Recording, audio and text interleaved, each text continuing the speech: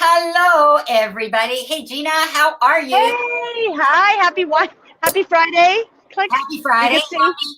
Happy Starbucks coffee down. Yes, Well, and do you notice this is their new Christmas, the holiday mug that you get a reusable mug if you order a certain drink. That I fell for that today. okay. Tried something new. It's delicious. I have a reusable mug. Yeah, My mug is reusable. that is a mug. That is a mug size. It's a mug. Yes. Well, Reusable. we're talking about different perspectives today. So I thought, okay, I'm gonna be somewhere. I am in between appointments and running around. So I thought, well, this is a different perspective. And I when you said that, I thought I should have gone to another room just to get a different perspective, but I didn't. Yeah, And mine was an accidental. yours was an accidental. And you've had, yeah.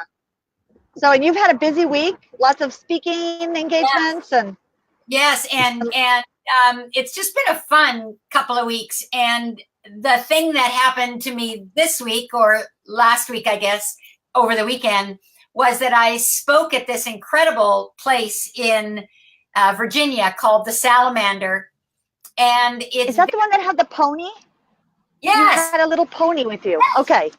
they have. I have never spoken anywhere like that. So first of all, the hotel's mascot is a pony called Cupcake, a Shetland pony, and she gets led all through the hotel. I love It's it. an animal-friendly hotel, so you had Cupcake, and then you had all these dogs running, well, not running because they were on leashes, but they were like, and big dogs. And then outside, there were these stables. Well, the room that I spoke in, because it was a small group for a change this time, the room that I spoke in was attached to the stables. Oh, So that's you so cool. walk out the door and just go visit the horses.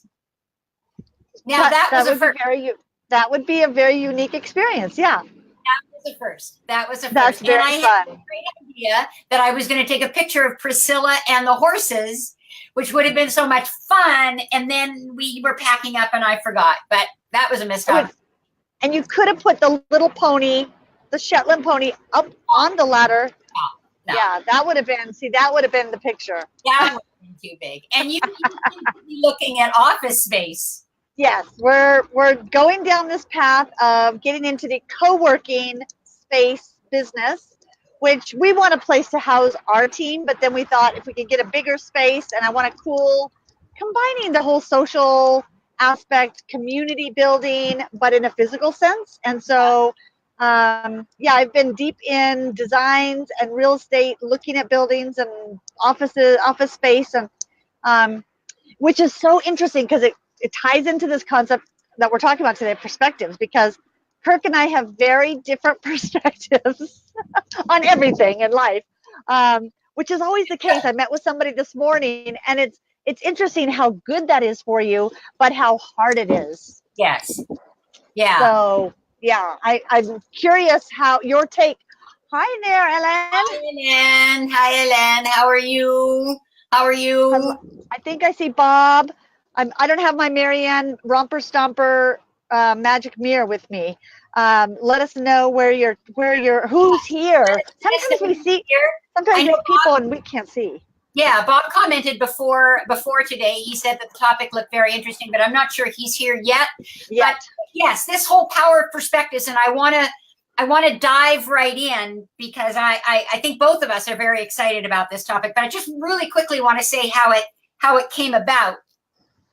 So the other day in Influential Innovators, I posted about this really neat experience. And in a nutshell, it was an experience organized in Ireland to raise awareness for breast cancer. Oh, yes. What they did was they took this statue, which is a very popular statue. I don't remember the name of it. And tourists often take pictures with touching her breasts. So apparently they're most touched breasts in the world. And so I posted this. And I forget what link I made. I made to something, but I think it was about raising awareness and how interesting this was, to raise awareness. And somebody answered, and I feel badly. I can't remember his name, but the guy, yeah. John Thurston, I think. I'll go check and put it in the comments. But John answered, well, I'm sure that this post is about, and then he said what the post was about. And I went, that's not what I thought the post was about. And he immediately said, I'm sure this post is about not being caught unawares by changes in your business. And I went, oh, well, now that's a very good take on that I hadn't even seen. And so I think what hit me in the face is that, you know, that old, there's a Christmas carol, do you see what I see? Right. You see, and we're always told that it's a good thing. Do you see what I see? Yeah, I see what you see. But it's not. It's not. It is really good to be surrounded by people who can look at something and not see the same thing Right. that you do, right? They see something totally different, and you would never have seen it because we're all looking through that lens of our experiences. Yes, yes. Yeah. And I think the interesting thing about the word perspective, and that's why in the title I put the power of perspective with S in the parentheses, is we often think of perspective as being a synonym for an opinion. But before you can have an opinion, the perspective is literally, the definition of the word is your perspective, from what angle you see something. Right. And that's what forms your opinion. And all of those experiences that we've talked about in other episodes form our perspective, influence how we see something. Which is so true. And I think we have to look at things, and when we look at something, it's interesting how sometimes we don't want someone else's perspective because we like what we see. And we know this other person. Yeah, we're afraid to hear their perspective because it's not going to be the same as ours. And so I learned that lesson this week. And I know Kirk's perspective is always different than mine. He's a very logical thinker. He's very wise. He has different experiences than I do. And he's got very good business savvy. And I know when I want his perspective, I know I have to be prepared with different information that will help his perspective, that will help shape his perspective from the beginning. Yours. Yeah. I want him to see my perspective. So I need to provide things that will allow him to not close the door so soon, which is interesting because it's the whole communication style. A lot of times we have to know it's going to, but it's just interesting because he does see things that I wish I would see, but he's taught me, because, you know, one of your things is, can we learn to see through a different perspective? We can, but it's usually we don't want to, or it takes a lot of work. Well, it takes a lot of work. That's why I say people don't resist change. They resist the work that comes with change. If change didn't come with any work, everybody would be fine with it. But it's so that's one aspect of perspective, is that it challenges our fundamental beliefs. It can challenge our perspective. Yeah. What that means then is either we get our feathers ruffled because it's not our perspective, it's not the same as ours, or we're actually afraid to ask because of the work that's going to come with it. Now, another situation that happened this week, and Dawn just joined us, and I'm going to bring her comment up in just a second. But another thing, another thing that happened this week is my daughter Mia, who's 17, is in languages, and Mia has a real aptitude for the Asian languages, but she struggles a little more with French and Spanish. She's got 3 close girlfriends who speak French fluently. And so I said to her about a month ago, why don't you just speak to your friends in French? And she got all nervous and said, well, I don't know. I don't want to embarrass myself. And so I said, go have a conversation with them and ask them if they would do this for you. They love you. They care about you. I'm sure they would be happy to do it. So she had that conversation. So then this week we're talking about it, and she tells me about the conversation. I said, so you started to speak to them in French? She said, no. And I said, why not? Still, why not? And she said, because I don't be embarrassed. So her perspective is, regardless of what those girls have said, that they will not judge her, and they will, from the pressure she puts on herself, not that I know anything about that, from the pressure I was just going to say to always be perfect, you know, she doesn't want to do it. And so that is when we're, to your point, afraid of other people's perspective, and they can reassure us till the cows come home. But at some point, we need to find whatever it is inside of us to be able to open ourselves to other people's perspectives. So Dawn says, Right. Happy Friday. This perspective couldn't be more timely. Interesting. Do you have time to tell us a little bit more about that and about other perspectives? We'll give you a few minutes to maybe fill in some more details if you want. So what do you think about that, Gina, about just it is interesting. I mean, that thing of, that's why we don't do things in life. We want something, but our perspective is we might fail. Our perspective is, well, this is going to take this amount of work and that, but maybe it won't. My philosophy is always, but maybe it'll work, but it's interesting because knowing Kirk's perspective, he's very logical, he's very business savvy. I've been doing extra work to gather I have shopped every competitor in our area for this co-working. I have collected what they charge for different things. I started getting what does it cost for utilities per square foot in this area. So, you're auditioning instead. No, I'm ready to pull the trigger. I actually looked at a space, and I would have, if it were just me, I would have said, okay, I'll do it. $15,000 a month rent. Kirk's perspective is ensuring that you audition a little more before you commit. Yes. And that's why it's valuable. It's valuable, and I know that. And that's why in my mind, what I know is because I know his perspective, I'm preparing before I present to him because I know his perspective is it's a high risk. We're not in a state, right now that we want to invest in buying a building. And my perspective is this is a great investment, and I'm going to show you all the data that you need. So it's interesting. It's like, but do we always know in our business? And what I've learned through this is there are different times to bring different people in on your ideas. Because when you first plant a seed, you need it to nurture first. You need to let it grow a little bit before you move to this other area where you need other perspectives. And then you need to move to this, you need to move through phases of an idea. And I know I'm kind of talking about just this type of concept, but I think there's different people you bring in at different stages because you need that perspective at that time. If you hear all the perspectives in the beginning, it can kill the whole thing. Yeah, it can. And that's another thing that I think is really important is that we intentionally seek out other perspectives. There's a great quote that says, you have to go, inspiration doesn't just show up, you have to go after it with a baseball bat or something. I think it was Jack London who said something like that. I've probably badly paraphrased it. But the point being that perspectives are so essential. And many of us who are solo entrepreneurs or have small teams get stuck in our own perspectives, and our own perspectives being not necessarily just ours. You know what Kirk's going to ask you, so you're trying to answer that perspective. But bringing in new perspectives, whenever I work with clients, I go, who are the ringers we can bring in?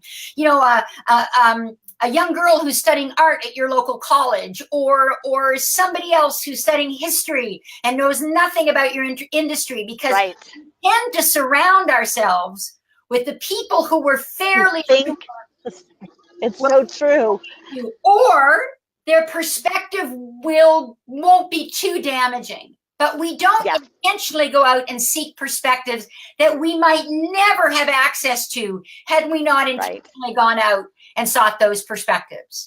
It's interesting because this is the political week here in Colorado, in the United States, and let me see what Dawn says. Yeah, that's it. Oh, well, you're going to say the same thing, Dawn. You and I are speaking along the same lines. Presidential, so many perspectives.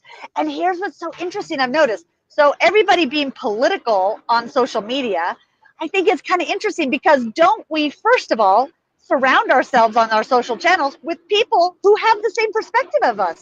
If they're different, we've already driven them away if we're posting political or polarizing content.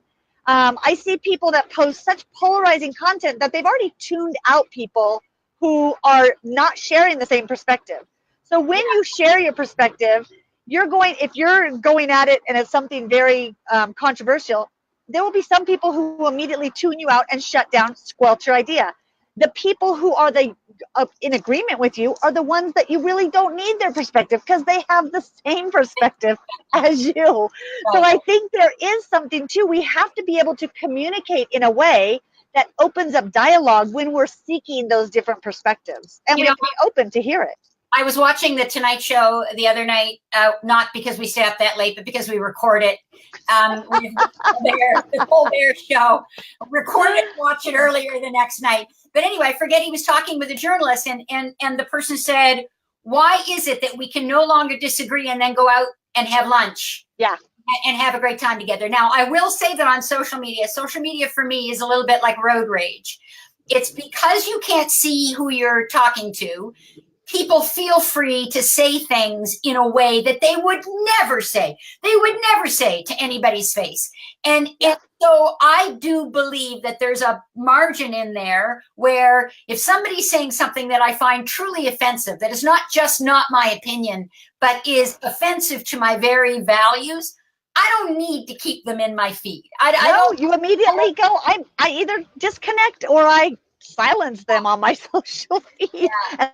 Unless they're my relative, and that's fun. Yeah. Now here's, but I think that is so interesting, because we think, we do need to seek out different perspectives for our ideas, but we have to, number one, be open and willing to hear a different perspective. And I think we have to prepare our information in a way that allows that other person to be open and willing to share their perspective and not feel like they're going to be shut down either. So I think that's the tough part. And I think I've been in a lot of leadership positions, and I've gotten to the point now where when I work with people, I actually warn them. I mean, I'm the innovation person, right? I'm the why not person, and I will have knee-jerk reactions. Somebody will say, let's do this, and I'll go, no. But I've let people know, because I know me. I've let people know. I let people know in advance to expect that, but then to keep talking. Because I am known for, you can probably convince me that black is white if you've got a really good argument. It's just my passion that comes out. If I'm passionate about an idea and somebody says we're going to do something else, I'll defend my idea.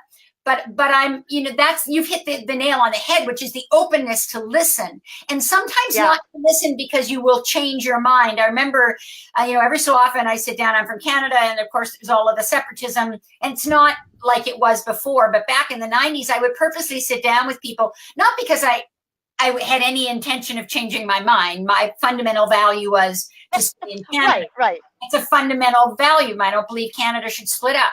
But to understand better their point of view. Where they're coming from. Yeah. One of the things I wanted to share today is that this is something that I do with my clients, and we used to do in Jeffman years ago, is that not to ask people what they think, but to ask them what they see. And so if you're looking at a problem or looking at a situation and you say to people, what do you think? Their default is to go to what they already thought. Right. Their default perspective. Experience. And to the left side of their brain. However, if you ask somebody what you see, they see. You are not asking them to solve the problem. You are asking them to share their perspective. Right. About what you see, where you come from, and what you see. And if you can get people sharing what they see as opposed to what they think, then nobody's opinion has been battered around. Unless they're sassy and they say, I see you're wrong. I see you're wrong. Well, that would be you. That would be you. Our dear friend Bob has arrived. And hi, Bob. But I would encourage everybody who's here listening to try that, because you will get answers that you never would have gotten if you'd asked people what they think. Yeah. And I think it's interesting. I mean, in marketing perspective, I'm always looking at, we had a debate the other night. I can't remember who, it must have been my daughter and son-in-law. They were over and we were analyzing every single commercial and talking about, okay, imagine there's a group of people sitting around. Did one person, probably the manager, say, that is great? And everyone else went, oh yeah, that is great. That's great. It's that whole concept of, if you had one line on a piece of paper, and on this piece of paper you had 3 different size lines, and you ask people by themselves, which one of these 3 matches this one over here? And one clearly is the same. They will tell you the obvious answer. But if you put them in a group the first person that says it's this one, even if it's wrong, other people are likely to go along with it because they're being persuaded because of whatever fears or pressures or their perspective is. If I say this, they're going to think this of me. So I think the whole concept of perspective in our businesses, we have to be willing to ask for, and we have to see, like you said, we have to seek it out from outside sources, and give people time is another thing that I've learned, is give people time to process through their perspective. Because with Kirk, what I know about Kirk, and I've always told my kids this, if you want to ask him something and you think it's going to be a tough ask, you better ask him early, because he's going to need to be upset. He's going to need to go off, think about it, mull it over, get the facts like you, and process it. And then he'll come back and he'll be on your side. He'll see your perspective. But it's not going to happen the first time you ask. Yeah. And the other thing that I want to add to that, and it's important for us to own our perspective. So that exact situation that you described is because the lines. Our definition of perspective is not that it's something of value for many of us. Many of us don't think there's a value in our perspective. If we come at this from the point of view, even if you've got a boss or 3 levels of bosses in the room, that my perspective is valuable. My perspective is valuable to this organization, to this discussion. And if I don't share it, I am actually doing a disservice to whatever it is that we're trying to accomplish. I mean, the other famous example that I love is when Shreddies, the square little cereal, launched Diamond, right? And it was exactly the same cereal. And they did focus groups with real intelligent people who sat there and said, I think the Diamond Shreddy has a little more crunch. And that was just the exact same. Yeah, exactly. Different perspective. Then the question is, the hard work kind of for us is, what influences our perspective and what keeps us from sharing our perspectives, which is really important in anything that we're doing, is to share our perspective, which is what we like people watching to do right now. Yeah. Share your perspective on that. Yeah, we want to hear, like, when have you come up again? When do you feel the need to get other people's perspective?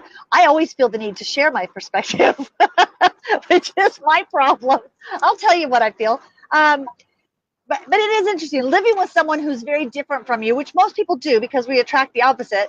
I find it interesting because we've learned, because we've lived together and worked together. We've worked on and off together for 25 years and been married for 29 years. And we've learned, he knows I'm impulsive. He knows what I feel like he doesn't know is I see what can be done, and I know I can make things happen. He sees the logical side of things, and so we've learned, though, how to prepare. And I know the other night when I brought him into the discussion, I said, I'm going to look at a building tomorrow, and I'd like you to come and look at it with me. He's like, what are you talking about? And I've been dropping little things that I'm investigating and studying and shopping, mystery shopping. But when I told him, I knew he's not going to want to do this, and knew he needed time. Sure enough, he goes upstairs, he comes back down, and he then changed, that he was in on it. But now he's willingly sharing his perspective, and I'm willingly listening to it. Are you taking it into consideration, though? Well, yeah, because what he's giving me now, he's giving me things that will help me. He's like, okay, so you need to find this out, and we need to investigate this, and we need to also call this person to get them in it. So now he's actually being an advisor instead of a husband. Isn't it amazing that we don't know everything? I mean, isn't that just mind-boggling that we don't have all the answers, and that our style is not necessarily the right style, and that our answers are not necessarily the right answers, or as right as they could be if we didn't listen to other people's perspectives, which takes me back to this whole idea of intentionally seeking out other people's perspectives. And I don't know that we do that enough. Now, let me be clear.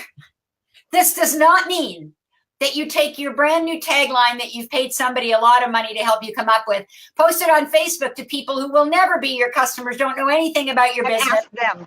Ask. But you can do that as long as you're taking that kind of that kind of context to it. Anytime people ask the Facebook fans, which picture do you like best? Which tagline do you like best? You're going to get 1,000 different answers, and from, so it's interesting. That's true. This is a great question, Ellen. What do you see that I do not see? Other perspectives are always happening when living in another culture, and that's very true. I love that question.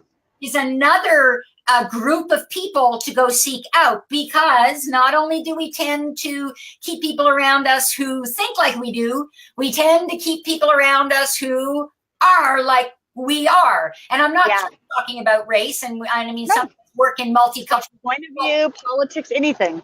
True difference in culture. You know, my son, who's got the spirit of a journalist, came home last year at one point, and I said, how was the bus ride home? Because it was always long. It's like an hour and a half. And it was great. I met this guy from Nigeria, and he spent the whole bus ride talking to this guy from Nigeria. And so last week when I was leaving Salamander on my way to the airport, I had a taxi driver who was from Somalia, and I channeled my inner Noah. And I thought, if Noah was here, what would he ask? What would Noah ask? What would Noah ask? And it was funny. What was really funny is I did that, and then his points of view were pretty much all like mine. So I didn't really get another perspective, but I learned about Somalia. I liked, Ellen says, you know, what do you see that I don't see? Another thing that I think would be interesting that I haven't thought of until right now is asking someone like Kirk, somebody who's logical, to say, I'd love for you to be an advisor right now. Yeah. Like I'd love, because I know you're going to give me a perspective, but to say I'd love for you to be an advisor, which means I want you on my side and helping me with your advice.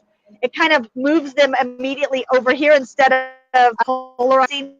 Is this somebody asking to be relationship an advisor and you help me?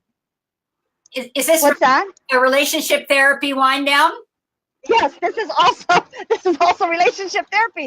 I don't know that I would ask him, would you be my advisor on anything personal? But I think for business, I think that would be interesting to see how he would change. I don't know. That would be an interesting thing. It kind of reminded me of that. Bob says, do we tend to get married to our ideas and filter out useful evaluation? I think so. Totally. Absolutely. Because we can always find evidence. We can find every shred of evidence to prove our point. Absolutely. Always. Yes. Yeah. Yeah. And the flip side of this, because I have worked with leaders like this too, is at some point, a decision needs to be made.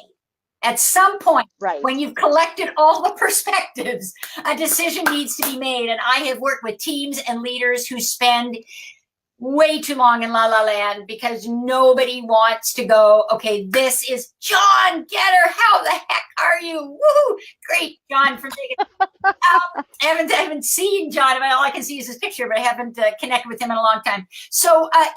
John, journalist, knows a lot about this stuff. But yes, we can. I forget completely what we were talking about. What was I? Before John said that. And it was a really good point too. It was brilliant. It was so brilliant. I could see that perspective. It was brilliant, and now I forget what it was. That's how brilliant. I've lost my perspective. I've lost it. It had so good though. Getting married to our ideas and not wanting other feedback. But oops, there we go. So John, how are you? John's perspective changed what you were saying. See, it did. So different. Just surrounding ourselves with different people. Well, I think the thing is too making sure that you're taking all this perspective and then evaluate. You were talking about you have to eventually make a decision. Yeah. And I think that's the thing is you do, but hopefully you're now making a decision with some new information that you would have missed because you were seeing it through your perspective only. So I think that's key. Yeah. And to Elaine's point, one of the questions that I always ask if I'm meeting with somebody who knows a lot more about something than I do is, are there any questions I haven't asked you that I should ask you? Yeah. So like if I'm hiring an accountant or something, I'm just making stuff up. I don't know a lot about that, or a financial investor. And I will ask them, are there any questions I haven't asked that I should have asked you? Because, and then if they say no, I'm usually quite skeptical, because if I don't know enough to ask all the right questions, and then they come up and say, well, you probably would want to know if I X, Y, and Z. Oh, Apple Store the other day, went in, wanted to buy the new 10, but the big one. Right. A guy asked me what I'm going to use it for. I was totally fixated. I wanted that phone. I was getting that phone. It was bigger for my old eyes, and I still fit it in my pocket, and I wanted it. And after I told him what I wanted it for, very passionately, because I was sold on this phone. He said, "Can I show you something?" I went, I was thinking, not if it's a different phone. It's not gonna change my mind. Yeah. And he did. He took me over to the 10XR or whatever, and it was $200 cheaper. And he said, "Look, you didn't ask me this, but for what you've told me, there's absolutely no difference." You know, he'd asked me if I watch a lot of stuff on that. I said no, and this will do exactly. You'll be able to make all your videos, do all of this thing, and this is perfect. So, and then that's what we went with. That's what we went. That's so funny. New information. Yeah, new information. And we allow it to inform our decisions. Yeah, I agree. I think that's just so important. And I've been calling people who are in this industry, the co-working industry, in other states. So they're not direct competitors. Yeah. And I've asked just to do informational interviews and gathering information about when they first started and what were some of the costs that they didn't anticipate. And I like that, adding that question at the end, because you're right. I don't know to ask what I don't know.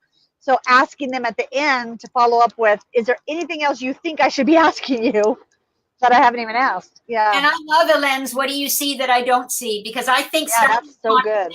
By asking people what they see and then asking the group, so now I want to know, what do you see that I don't see or that we don't see? Does anybody see something the rest of us don't see? Like, I think right. The whole focus on vision, and we live in such a sight-bite world, that this whole focus on what we see influences the rest of how we feel and how we act.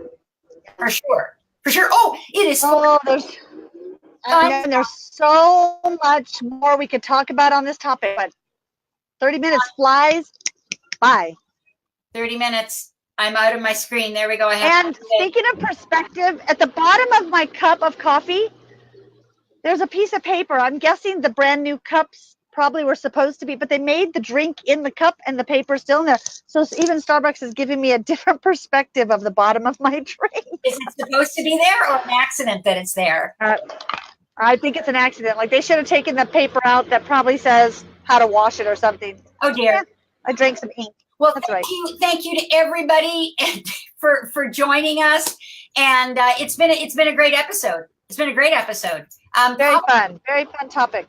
Yeah, probably more to talk about. Have a great weekend, Dawn. Dawn, thank you very much. Bye, Dawn. Bye, Bob. Bye, Ellen. And I can't see everybody. Just a reminder that if you ever have anything that you want us to talk about, I mean, if we need to hear your ideas. We would love to hear your ideas, because quite frankly, there are Wednesdays that come along and we go, so what are we going to talk about?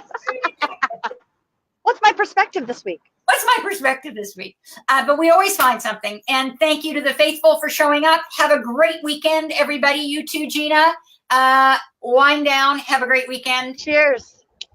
See you next week.